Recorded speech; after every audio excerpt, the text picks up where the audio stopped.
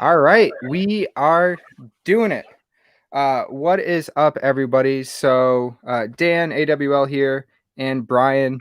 Hey, what's up? So, uh, every Monday night during halftime, we're going to come at you guys with 5 to 6 topics of what you want to know for your fantasy takes in order to have some rapid reactions, but what you want to know that's either good to continue, what's bad to get out there, or things to go attack. So, it's going to be rapid, it's going to be in your face. About 2 minutes a topic, really, really short and to the point, but content, focus, and things to all help you win your leagues.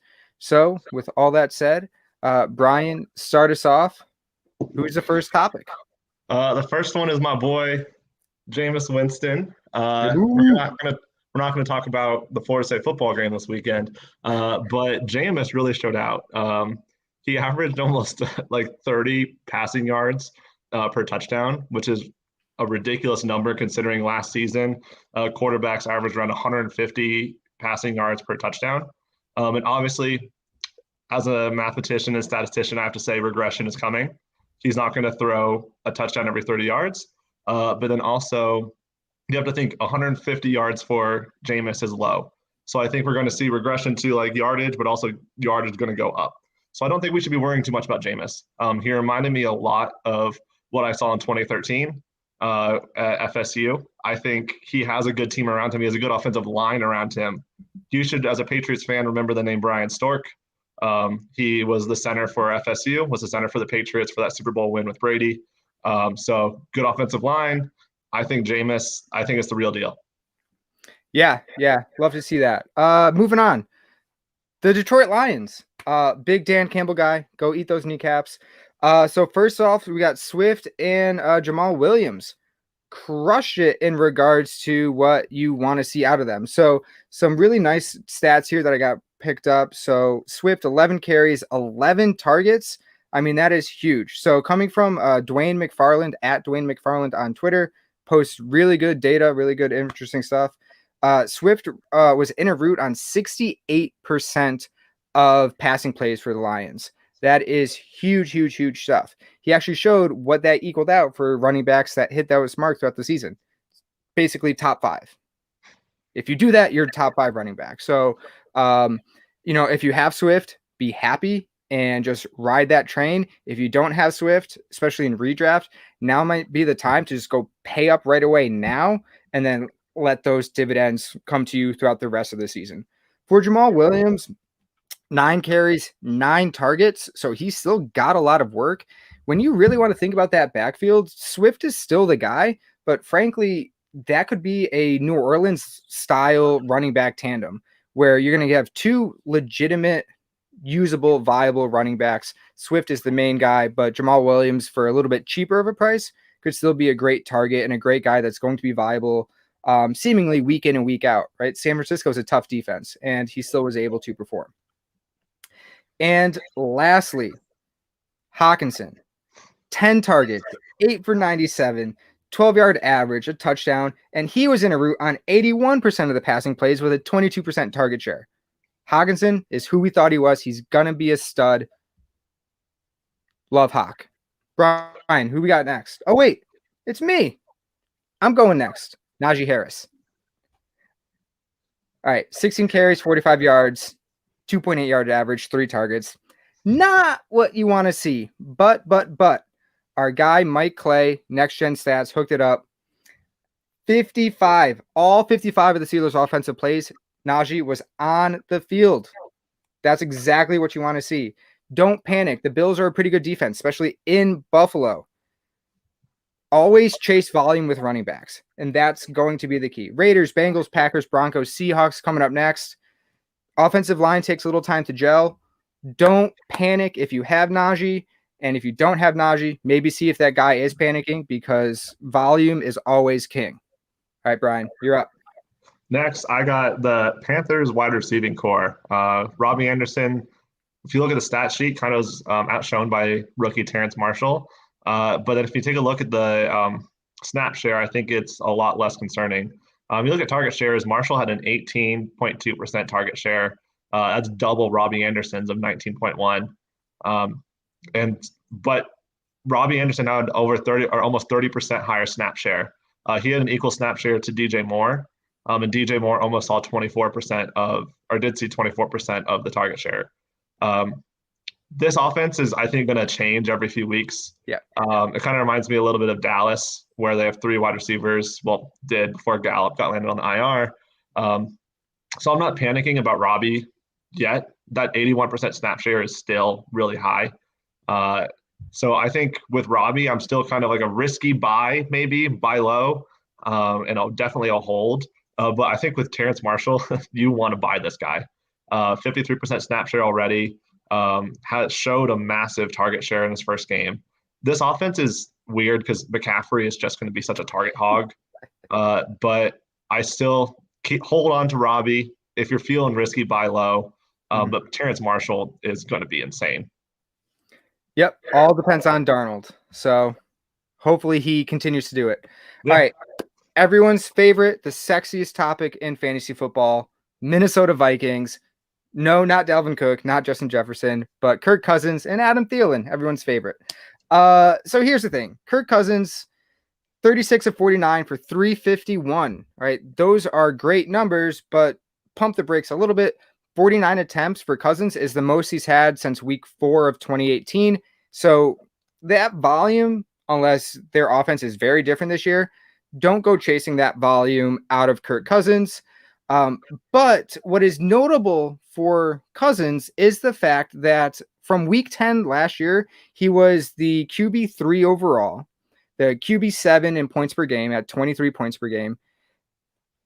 He's not a sexy real life quarterback. Like you don't you don't root for him and be excited, but in fantasy, he's still viable.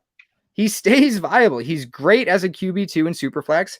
And if you're streaming quarterbacks in a one quarterback league, he's still a great guy.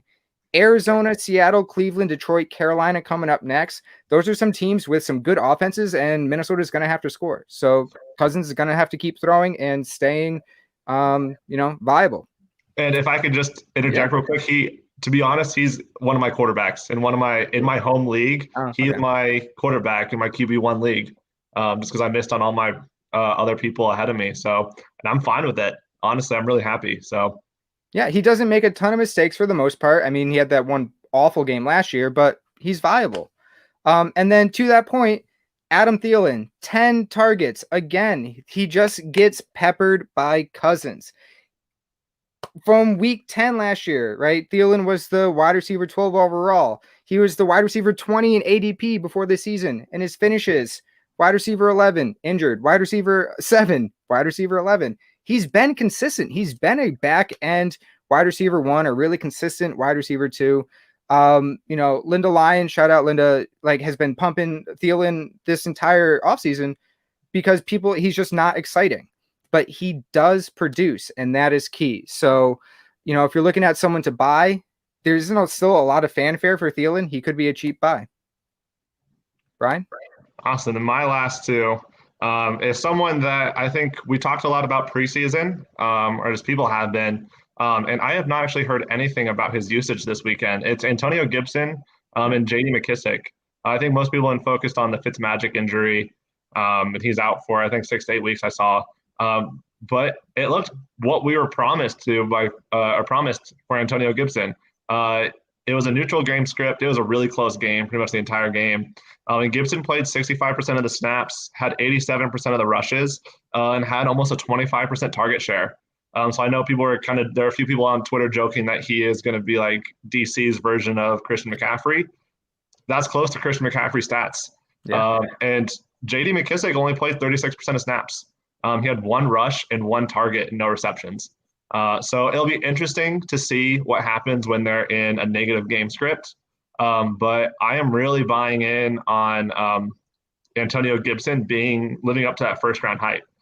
So I think he's someone that I would definitely be trying to just put out some feelers for, seeing what you could get for him after 1 week.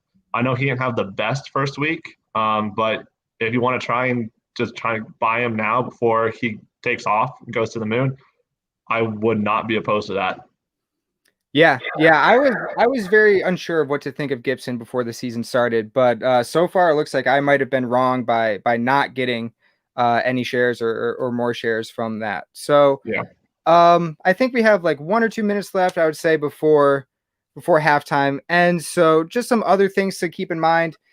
Joe Mixon, 29 carries. I mean, he gets fed the rock, only 4 targets. That's kind of been his MO for pretty much his whole career. And now, especially with Jamar Chase there, he might not be a lot of a target guy, but if he gets, 20, 25 carries a game, he's going to score a touchdown. So that's definitely something to keep in mind. On the same team, Tyler Boyd, I'm just sad. I'm a Tyler Boyd guy. Unfortunately, that didn't turn out.